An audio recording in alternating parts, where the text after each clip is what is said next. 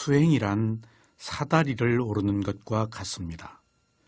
사다리를 오를 때 위를 보거나 아래를 내려다보면서 오르면 효과적으로 오를 수가 없습니다. 오직 사다리를 잡는 손과 발이 닿는 것만을 알아차려야 위험하지 않게 오를 수가 있습니다. 수행을 할 때에도 이처럼 다른 것을 생각해서는 안 되며 오직 현재의 몸과 마음을 알아차려야 합니다. 위를 보는 것은 아직 오지 않은 미래를 생각하는 것이며 아래를 보는 것은 이미 지나간 과거를 생각하는 것입니다. 비파사나 수행은 오직 현재에 있는 것을 알아차려야 합니다. 현재에 있는 것만이 실지하는 것이며 실지하는 것에 법의 성품이 있어서 지혜가 개발됩니다. 수행자 여러분, 계속해서 지계에 대해서 말씀을 드리겠습니다. 5. 정신을 혼미하게 하는 술이나 약물을 먹지 않아야 합니다. 술을 빨리어로 수라메라야 마차라고 합니다. 수라는 곡주이고 메라야는 과주, 화주, 목주이고 마자는 술을 뜻합니다. 이와 같은 술은 사람을 취하게 합니다. 그래서 술을 마시면 정신이 흐려집니다. 약물도 이와 같습니다. 상좌불교에서 5계를 지키겠다는 서원을 세울 때 술에 관한 것에서는 알아차리지 못하는 것의 원인이 되는 곡주, 과일주 등의 술을 마시지 않는 계행을 지키겠습니다. 라고 말합니다. 이때 알아차리지 못하는 것의 원인이 되는 술이란 말을 주목할 필요가 있습니다. 결국 술을 마시지 말라는 것은 술이 알아차림을 방해하는 것이기 때문입니다. 그렇다면 알아차림이 없을 때는 술을 먹은 것과 같다는 말도 됩니다. 우리가 살면서 행한 크고 작은 잘못에는 술 때문에 생긴 일들이 많습니다. 모든 것이 느낌이듯이 술도 느낌입니다. 술을 마시는 것은 즐거운 느낌을 얻기 위한 것입니다. 느낌은 항상 더 좋은 느낌을 부릅니다. 이것이 바로 카레입니다. 그래서 술이 술을 부릅니다. 그렇기 때문에 술을 마시고 싶을 때는 먼저 취하고 싶은 느낌을 알아차려야 합니다. 술을 마시려는 순간의 느낌은 감각적 쾌락을 추구하고 싶어하는 마음입니다. 이때의 느낌은 짧은 순간에 일어나는데 이 유혹을 물리치지 못하기 때문에 술을 습관적으로 마시게 되고 나중에는 술이 술을 마시게 됩니다. 이렇게 되면 육체적인 즐거움에서 정신적인 즐거움으로 발전한 것입니다. 사실 이런 감각적 쾌락은 짧은 한순간의 느낌을 알아차리는 훈련을 하면 이내 유혹으로부터 자유로워질 수가 있습니다. 그 짧은 한순간의 느낌을 알아차리지 못하기 때문에 반사적으로 술을 먹는 행위로 발전합니다. 이처럼 반사적인 행동을 하는 것은 과거에 술을 마시고 이완했을 때의 느낌을 기억하기 때문입니다. 그래서 과거에 술을 마시고 실수를 하고 고생을 했던 때를 기억해야 합니다. 그래야 술을 마시고 싶은 느낌을 제어할 수 있습니다. 수행자 여러분, 술을 마시고 싶을 때 먼저 마시고 싶어하는 마음을 알아차려야 합니다. 그리고 술을 마시고 싶어하는 마음이 사라진 것을 알아차려야 합니다. 그런 뒤에 가슴에서 일어난 느낌을 주시해야 합니다. 마음은 비물질이라서 보이지 않지만 몸을 통해서 느낌으로 알 수 있습니다. 가슴이 약간 두근거린다든가 가슴이 뛴다든가 어떤 형태로든가 가슴에 느낌이 있습니다. 이 느낌은 거칠 수도 있고 미세할 수도 있습니다. 어느 느낌이거나 가만히 추시해야 합니다. 얼마 동안 이렇게 추시하면 술을 마시고 싶은 생각이 한결 약해져서 제어될 수 있습니다. 술을 마시지 않고 알아차림으로 극복했다면 이때는 알아차리는 힘이 증장한 것입니다. 가슴에서 느낌을 알아차리기가 어려우면 가슴의 호흡을 알아차려도 좋습니다. 가슴에는 이런 유의 여러 가지 느낌과 호흡과 맥박, 진동이 있습니다. 느낌이 강하면 느낌을 알아차리고 아니면 몸에 있는 다른 것이라도 대상으로 삼아서 알아차려야 합니다. 가슴에 느낌이 없는데도 반드시 가슴을 알아차려야 하는 것은 아닙니다. 그리고 대상의 위치는 중요하지 않습니다. 아무 곳에서나 강한 느낌이 있으면 그것을 알아차려야 합니다. 수행자 여러분, 괴로운 일이 있을 때 마시는 술은 때로는 유익할 수도 있습니다. 그러나 괴로움을 술로 해결하는 것은 최선의 방법은 아닙니다. 수행자에게는 괴로움이 알아차릴 대상일 뿐입니다. 괴로움을 알아차리면 오히려 지혜가 납니다. 그래서 괴로움의 토피처가 술이 되면 알코올 중독자가 되기 때문에 괴로움을 있는 그대로 알아차리는 것이 더 유익한 결과를 가져옵니다. 수행자는 언제나 좋거나 싫거나 나타난 어떤 대상도 피하지 않습니다. 그냥 온몸으로 마주쳐서 알아차려야 합니다. 사실 피한다는 것은 현명한 대처가 아닙니다. 피한다고 해결되면 피할수록 더 문제를 일으키게 됩니다. 어떤 대상이나 있는 그대로 알아차리면 사실 별것도 아닙니다. 괴로움이 두려워서 피하려 하기 때문에 사실은 더 괴로운 것입니다. 이렇게 알아차리는 것이 계율을 지키는 것이고 선업입니다. 불교의 계율은 매우 자율적으로 정해졌습니다. 율장을 보면 부처님께서 계율을 임의로 정하지 않으셨습니다. 어떤 문제가 제기되었을 때 비구들이 모여서 해결의 방편으로 자연스럽게 계율이 정해진 것입니다. 이렇게 합의된 상자불교의 비규 계율이 227개입니다. 불교에서는 여러 가지 계율이 있지만 수행자에게는 알아차림 하나면 계율을 실천할 수 있습니다. 알아차림은 선한 행위이기 때문에 모든 선하지 못한 마음을 방어합니다. 그래서 알아차리는 것이 계율을 지키는 것입니다. 지나치게 계율을 의식하면 수행자가 스스로를 속박할 수 있습니다.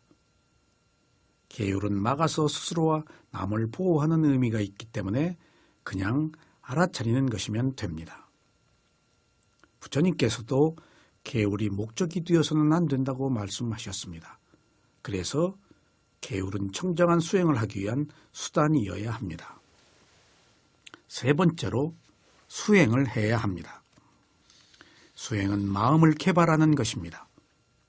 수행을 명상이라고도 합니다. 수행은 대상을 알아차리는 행위입니다.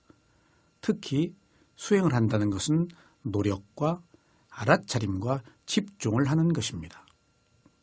그러므로 만약 수행이 잘 안 된다면 노력과 알아차림과 집중이 서로 조화를 이루지 못한 것입니다. 그래서 이 세 가지 중에 무엇이 부족한지 그리고 지나치지는 않았는지를 살펴봐야 합니다. 일반적으로 대상을 알아차릴 때는 알아차림이라는 행위가 없이 그냥 습관적으로 압니다. 그래서 있는 그대로를 알아차리지 못합니다. 그러나 수행은 대상을 생각으로 하는 것이 아니고 깨어서 알아차리는 행위를 하는 것입니다. 이것이 이렇게 알아차려야 비로소 선입관 없이 있는 그대로의 대상을 할 수 있습니다. 바로 이것을 수행이라고 합니다. 수행의 종류는 대상과 하나가 되는 집중을 통해서 고요함을 얻는 사마타 수행이 있고 대상을 분리해서 알아차리는 찰나 집중을 하는 위파사나 수행이 있습니다. 사마타 수행은 선정의 고요함이 있고 위파사나 수행은 지혜를 얻어 열반을 성취합니다. 사마타 수행은 40가지가 있는데 모두 대상과 하나가 되어서 선정을 키우는 것입니다. 사마타 수행은 색계 선정과 무색계 선정이 있습니다.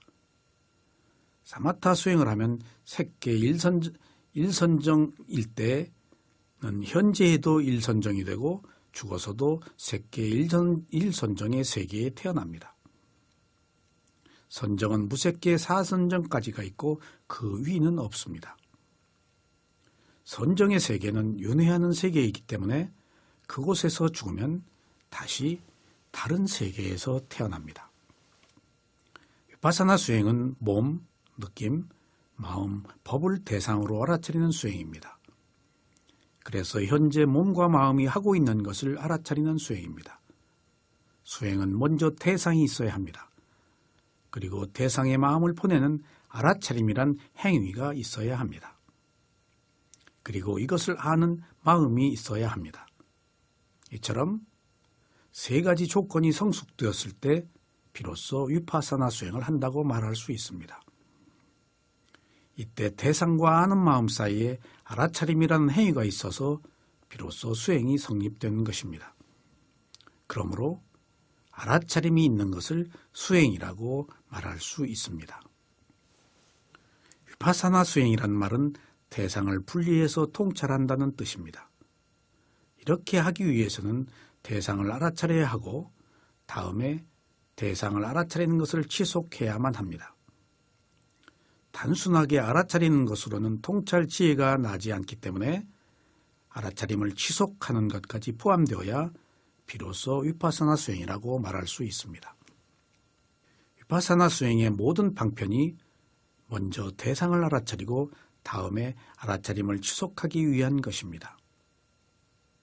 위파사나 수행은 지혜 수행으로 7청정과 16단계의 지혜가 개발되어 탐욕, 성냄, 어리석음의 번뇌를 불태우는 것입니다. 그 결과로 열반에 이릅니다. 그래서 그 끝이 윤회가 끝나는 것입니다. 누구나 괴로움에서 벗어나서 행복하게 살기 위해서 수행을 해야 합니다. 선한 일은 생각으로는 안 됩니다. 실천하는 수행이 아니면 사변에 그치고 말기 때문에 선한 마음이라고 할 수가 없습니다. 지식으로 아는 진실은 완전하지 못해서 두려움과 고통이 따릅니다. 그래서 지혜가 있는 자는 진실을 알기 때문에 두려움과 고통이 없습니다. 이렇듯이 수행을 하지 않고서는 선에 이르기 어렵기 때문에 관용을 갖기 위해서는 반드시 위파사나 수행을 해야 합니다. 그러나 바람이 있는 수행은 반쪽짜리 수행이라서 바람이 없는 위파사나 수행을 해야 완전한 관용을 가질 수가 있습니다. 수행을 하지 않는 사람은 감각적 쾌락에 빠져서 살기 때문에 관대한 마음을 가질 수가 없습니다. 무엇인가를 성취하기 위해서는 극단적 고행을 하는 사람도 관대한 마음을 가질 수가 없습니다. 극단적인 것에는 항상 반대급부가 따르기 마련이라서 관용이 생길 수가 없습니다. 그래서 수행은 대결하는 것이 아니고 알아차려서 수용하는 것이어야 합니다. 수행을 할 때 남을 의식해서는 안 됩니다. 지금까지는 남의 눈치를 보면서 자신 있게 할 일을 못했다면 이제는 자신의 길을 가야 합니다.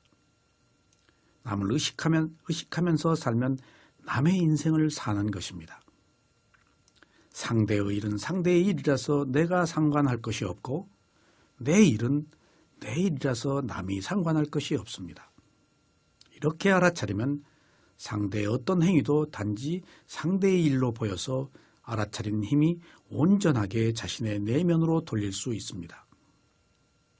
그러므로 남의 눈치를 볼 것이 없고 아울러 남과 시비할 것도 없어야 합니다. 바른 알아차림이 있으면 자연스럽게 자신의 내면을 향할 수가 있습니다. 수행을 하려면 노력을 해야 합니다. 수행은 저절로 되는 것이 아닙니다. 수행이란 마음을 개발하는 것이라서 전에 없는 마음을 갖는 것입니다. 그러기 위해서는 현재의 습관적인 마음과 선하지 못한 마음을 뛰어넘을 수 있는 노력이 따라야 합니다. 이러한 노력에는 인내가 함께 해야 합니다. 노력은 조금만 하고 큰 결과를 얻으려고 하는 것은 탐욕이지 관용이 아닙니다. 인내는 참고 견디는 것을 말하지만 수행에서는 노력하는 것을 의미합니다. 노력한다는 것은 마음을 기울이는 것으로 대상을 알아차리는 것이며 알아차림을 지속하는 것입니다. 마음을 새로 내서 수행을 하고자 하는 의지를 갖는 것이 노력입니다. 대상에 빠져서 알아차림을 놓쳤을 때는 즉시 알아차리는 노력을 해야 합니다. 수행에서 가장 중요한 것이 알아차림과 집중인데 이것들이 모두 노력으로 되는 것입니다. 노력하는 방법은 여러 가지가 있습니다. 좌선을 할 때는 현재의 마음가짐을 알아차리는 것이나 자세가 바른가, 몸에 힘은 들어가 있지 않은가 하는 것들을 살피는 것도 노력입니다. 수행을 할 때 무조건 참는다고 다 좋은 것은 아닙니다. 수행자는 무엇이나 참아야 하지만 이것보다 더 좋은 것은 대상을 분명하게 알아차려서 알아차림을 지속하는 것입니다. 알아차림을 지속하면 자연스럽게 대상을 수용하게 됩니다. 이것이 관용이고 수행의 미덕입니다. 수행자 여러분, 지금까지 선하다고 하는 것을 말하는 보시, 지계, 수행에 대해서 말씀드렸습니다. 이 세 가지는 선심인 관용, 자애, 지혜를 실천하기 위해서 반드시 필요한 덕목입니다. 완전한 선심을 갖기 위해서는 반드시 이상의 세 가지를 선행해야 합니다.